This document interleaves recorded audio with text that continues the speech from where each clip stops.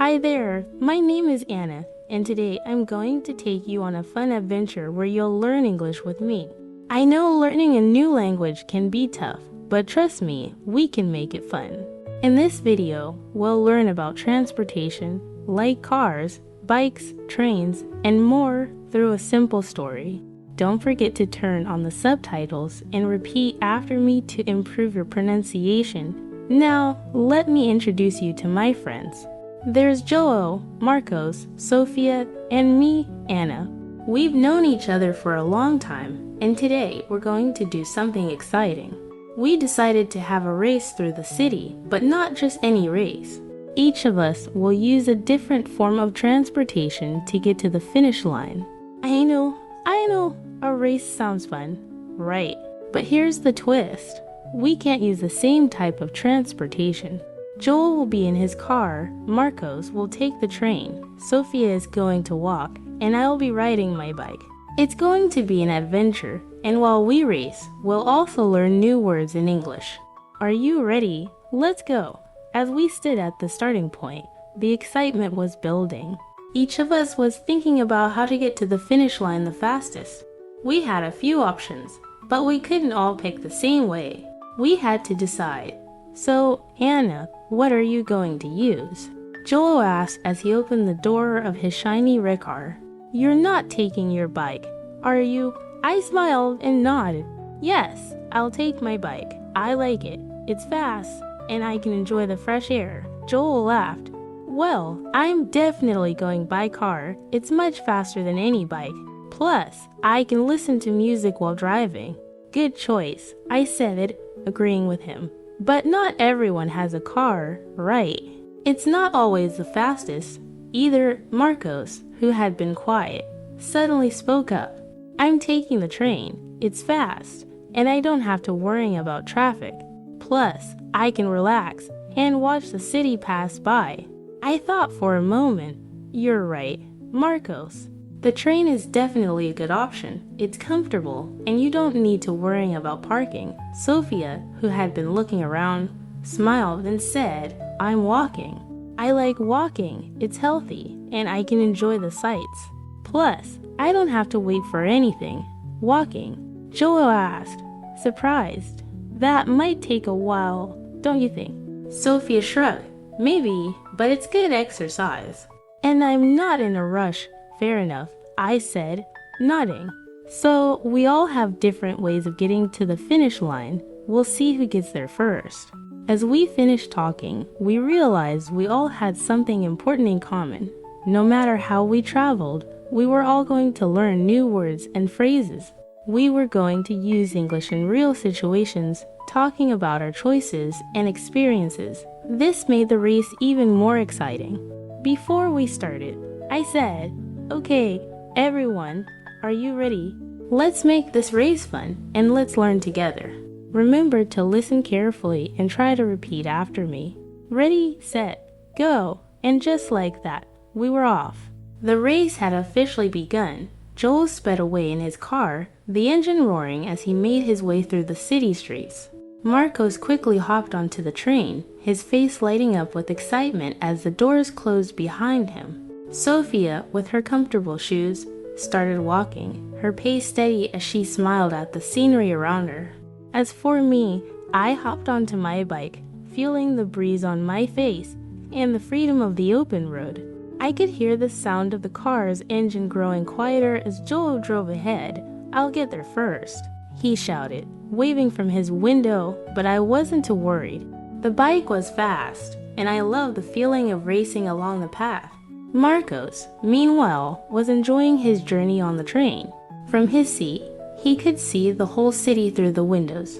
I think I'm going to win, he joked, watching the city zoom by. But I knew he couldn't be too sure. The train had stops, and it wasn't always the fastest. Sophia, still walking at a calm pace, glanced up and waved at us. You guys go ahead. I'll get there when I get there, she said, laughing. Sophia wasn't in a hurry at all. She liked taking her time to enjoy the journey. I admired her relaxed attitude. Sometimes it's not about being the fastest, but about enjoying the ride. As I pedaled along, I was careful to avoid pedestrians and cars. The streets were busy, but riding a bike was a great way to get around quickly. I'm almost there, I thought to myself. But then I looked ahead and realized there was a small hill coming up. I had to pedal harder to climb it, and it slowed me down a little. Joel, on the other hand, was speeding through the traffic, easily overtaking cars stuck at red lights. "This is so easy," he yelled. But then, as he turned onto another street, he got stuck behind a bus. He honked his horn, but the bus didn't move. "This always happens," Joel complained. It seemed that even the fastest vehicle wasn't always the best choice. Meanwhile, on the train, Marcos was relaxed and enjoying the ride. "The train is always on time," he said with a smile, watching the buildings go by. But then, the train suddenly slowed down. "Oh no, a delay," he muttered. He looked around, and other passengers seemed annoyed too. It wasn't going as smoothly as he expected. As for Sophia, she was still walking calmly. "I don't mind the delay," she said, enjoying the flowers and trees along the path. It was a beautiful day, and she was content, but I knew she was far behind us. I couldn't help but wonder if she would make it to the finish line before the rest of us. The race wasn't just about speed, it was about the different experiences we were having. Joel was frustrated with traffic, Marcos was dealing with delays, and Sophia was in no rush at all. But I was enjoying the challenge of the bike, even if it wasn't the fastest. I looked ahead, and suddenly, I saw the park in the distance. "It's almost there," I thought, but then I hit a bump in the road, and my bike wobbled. I quickly regained my balance, but it made me slow down just a little. Just then, I saw Joel's car pull up beside me. He had finally managed to get through the traffic, but I was still ahead, even if it wasn't by much. "You're fast," Joel said, laughing. We were almost there, but would Sophia catch up? Would Marcos overcome his delay? Only time would tell, and the finish line was getting closer by the second. As I approached the final stretch towards the finish line, I could feel my legs burning from all the pedaling, but the excitement kept me going. The park was just a few blocks away, and I could almost taste victory. But suddenly, the sound of an engine revving caught my attention. It was Joel, pulling up beside me in his car. "Hey, Anna, you're still ahead, but I'm catching up," Joel called out from his car window. I smiled, but I wasn't going to let him pass me that easily. I pedaled faster, feeling the wind against my face. My bike was light and nimble, and I could make turns and dodge obstacles much quicker than Joel's car. But then, just as I was about to get ahead, I saw a red light up ahead. Joel saw it too and quickly swerved his car to the side to avoid being stopped. Come on, he muttered, tapping the steering wheel impatiently. He tried to squeeze through a narrow gap in the traffic, but it was crowded and cars were honking everywhere. The light turned green, but the traffic didn't move as fast as Joel had hoped. I had caught up just in time to see the frustration on Joel's face as he tried to maneuver through the stopped cars. The moment he finally cleared the intersection, I was already ahead again, pushing my bike down the narrow streets. "Man, this car thing is so much harder than I thought," Joel grumbled, clearly frustrated by the traffic. "I thought the car would be faster, but the traffic is crazy. You should have just taken the bike," I teased, looking back at him with a grin. "No traffic on the bike lane." Joel rolled his eyes, but he laughed. Yeah, you're winning, but let's see how long that lasts." Meanwhile, I noticed the train tracks ahead. I could see Marcos's train approaching, and I knew he was close. I kept my pace steady, trying not to let him catch up. The train was fast, but it had to stop at every station, and I knew that could slow Marcos down. As the train passed me, I waved at Marcos, who waved back from his window with a big smile. "I'm still in the game," he called out, but I could hear the impatience in his voice. The train wasn't moving as quickly as he had hoped, and he knew the delay had cost him time. Almost there, I thought to myself, the park was so close, and I could see the finish line in the distance. But suddenly, I heard something that made my heart race even faster, a loud horn. It was a bus, right behind Joel's car, blocking his path yet again. "Come on, bus, move," Joel shouted, his hands gripping the steering wheel tightly. He honked, but the bus driver didn't seem to care. The traffic around us seemed to grow even more chaotic. I could see Joel getting angrier by the second. I was almost past the mess of traffic when I heard a familiar voice calling out, "Hey, Anna, slow down." It was Sophia, still walking. She had finally caught up, even though I had no idea how. She was walking at her own pace, enjoying the day, but somehow she was ahead of both Joel and Marcos now. Sophia gave me a wave as she walked past me on the sidewalk, her steady pace turning out to be faster than Joel's car and Marcos's train. "I guess walking isn't so slow after all," she called out, laughing.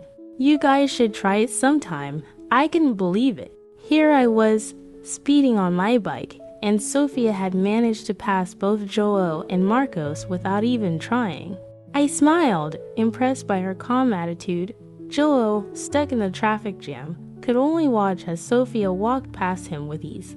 He honked his horn again and muttered something under his breath. Meanwhile, Marcos, who was stuck at the next station, sighed in frustration. "This is not how I imagined winning," he said, looking out the window of the train. The race was turning out to be much more complicated than we'd expected. And as the chaos of traffic and delays continued, it was clear that sometimes the fastest way wasn't always the best way. It was becoming a race of patience more than speed. I glanced over at Joel's car again. "Looks like you're going to need more than a fast car to win this one," I shouted, laughing. And with that, the race continued, but I had a feeling the finish line was still a long way off. The last stretch was just a few blocks away. My legs ached, my heart raced, but there was no turning back now. I could see the finish line, a large banner flapping in the wind at the entrance of the park. I could hear the faint cheers of people who had gathered to watch, but the city's noise was still buzzing around me. I glanced behind me. Joel's car was still stuck in traffic, barely moving. The train was almost at the last station, but it had been delayed by several stops. Sophia, as always, seemed to take things at her own pace, walking steadily along the sidewalk. I couldn't believe it, she was ahead of both Joel and Marcos, despite the fact that I had been pedaling hard to get ahead. I pushed forward, determined to win, but as I neared the park, I saw something that made me pause. Joel's car was now free from traffic, and he was speeding toward me, looking more focused than ever. I could see the determination in his eyes. He wasn't giving up without a fight. I sped up, my bike tire whizzing along the asphalt as I tried to keep my lead. But just as I was about to enter the park, I saw the red light flashing, a traffic light at the park's entrance. I couldn't believe it. "Come on, not now," I muttered to myself, slamming the brakes and coming to a halt just in time. The light was red for cars, but green for pedestrians and cyclists. I glanced around, and sure enough, I saw a group of people entering the park. There was no traffic on the bike path. I had a clear shot, but that's when I heard it, the honking of Joel's car, still speeding toward me. He had no intention of stopping. In his haste, he cut across the lane, narrowly missing the intersection. I took a deep breath, kept my bike steady, and then made a split-second decision. I turned sharply onto a side path that led deeper into the park, away from the cars. I could hear Joel's car screech as it missed the turn, but I wasn't looking back. I pushed my bike harder, feeling the adrenaline surge through me. The park was almost empty now, the final stretch ahead. Then, as I rounded a corner, I saw it, the finish line. People were clapping and cheering, but I was too focused to pay attention. This was it, my moment. I pedaled with everything I had left in me, my breath coming in short bursts. The park was quieter now, with only a few people watching from the sidelines. But the finish line was so close, I could almost touch it. And then, just as I crossed the line, I felt a sudden weight lift off my shoulders. I'd won. I had made it. The cheering intensified, and I realized I was smiling, my heart pounding with excitement and relief. I looked around to see where everyone else was. Sophia was the first to arrive on foot, her calm, steady walk having won out in the end. She was grinning, as if she had already expected to finish ahead of everyone. Joel was still in his car, stuck at the entrance, honking and frustrated, but I could see the humor in his expression. Marcos's train had just pulled into the station, and I saw him walking toward the finish line with a resigned smile. He had finally arrived, but it was clear that it hadn't been his day. "You did it, Anna," Sophia called out, walking over to me with a cheerful wave. I knew the bike was the way to go. Joel, now out of his car, walked toward us, laughing. Okay, you got me this time. I'm never racing in traffic again." He threw his hands up in mock surrender, "But I'll get you next time." Marcos shook his head as he arrived, looking both relieved and amused. I thought the train was the best option, but it looks like it's not always about the fastest route. I should have gone with the bike. We all laughed, our exhaustion forgotten in the joy of finishing. It wasn't just about winning the race anymore, it was about learning that the journey was just as important as the destination. I looked at each of them and smiled. I think we've all learned something today. It's not always the fastest that wins, but the one who's prepared for anything. Sophia grinned. And maybe it's about enjoying the ride, too. The sun was beginning to set, and the park was quieting down. The race was over, but the lesson would stick with us for a long time. Whether by car, bike, train, or walking, we had all taken different paths, but we had all reached the same destination in the end, and with that, the race was truly over. Now that we've seen how each of us took different paths in the race and reached the finish line, it's time to break down some of the language we used during the story. This chapter will focus on key phrases and vocabulary to help you understand and use them in your own daily conversations. Let's start with the phrase "I'm going to." This is a great phrase to use when talking about future actions. You saw me say, "I'm going to ride my bike," and "I'm going to take the train." This shows intention, like when we plan what to do next. For example, you can use this phrase to say, "I'm going to study," or "I'm going to eat lunch." Notice how it helps us talk about plans and what we will do. Next, we have the important verb to get. In the story, I use get ahead when talking about staying in the lead during the race. The verb get is very useful in English. It can mean to receive something, like I got a letter, or to arrive at a place, like I get to the park. But in this context, get ahead means to move faster than others or stay in the lead, just like in the race. Another example is I got to the finish line first. Let's also talk about finish and arrive. These are two important verbs when talking about completing a journey or getting to a place. Finish is what happens at the end, like when I said, I finished the race, but arrive is when you get to the place, like I arrived at the park. You can use finish when talking about completing tasks, and arrive when talking about reaching a destination. Another useful expression from the race is I could see. We use could to express ability or possibility in the past. In the story, I said, I could see the finish line, which means I was able to see it. For example, I could see the park from my window, or I could see the train arriving. Lastly, let's talk about the phrase I'm not giving up. This is a powerful expression for showing determination. Give up means to stop trying, but when you say I'm not giving up, you show that you will keep going, no matter the obstacles. You can use this in many situations, like I'm not giving up on learning English. These are just a few of the phrases and vocabulary from the race. By practicing them and using them in your own life, you can improve your English communication skills. Remember, the key to learning is practicing regularly, just like how we practice with our race today. Now it's your turn to practice what you've learned. This chapter is all about putting the language we've studied into action. I want you to use the phrases and expressions we discussed earlier to help you improve your English. First, let's go over a few questions and activities to get you thinking and speaking in English. Activity 1. Talking about your plans. Remember when I said, I'm going to ride my bike, or I'm going to take the train. Now it's your turn. Think about your own plans for the day or the week. What are you going to do? You can use the phrase I'm going to make sentences. Try saying these. I'm going to study English today. I'm going to go to the store later. I'm going to take the bus this afternoon. Activity 2. Describing your journey in the story. We talked a lot about getting to the destination and arriving. Now, think about a time you traveled somewhere. It could be a trip to the park, your school, or any place you visit regularly.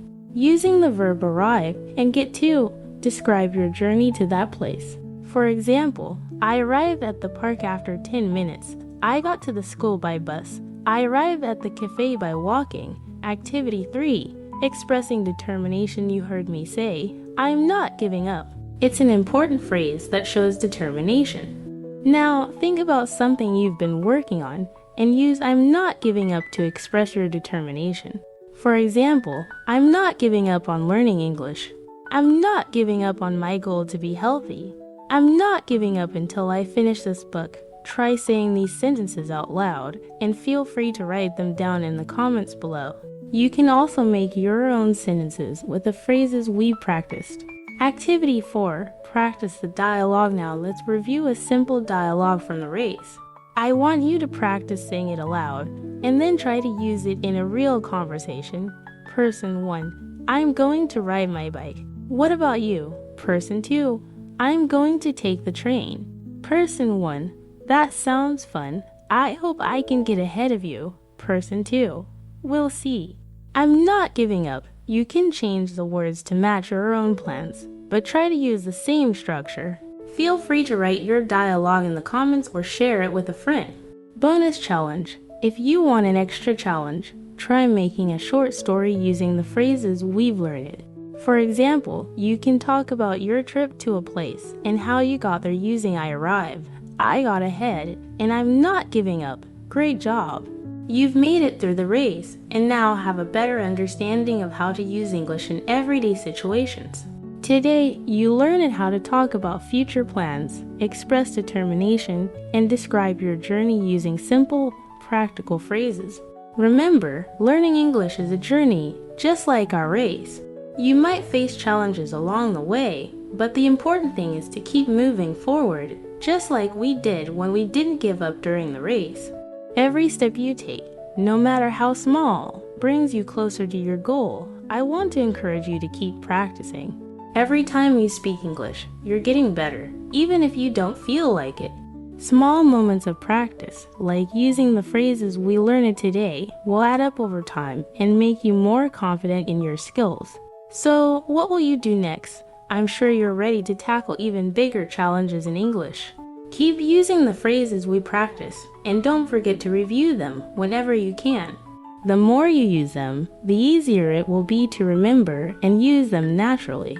If you liked today's lesson, don't forget to hit the like button and subscribe to the channel so you can keep learning and improving your English with new stories and lessons. You're doing great, and I believe in your progress. Keep up the hard work, and see you in the next adventure.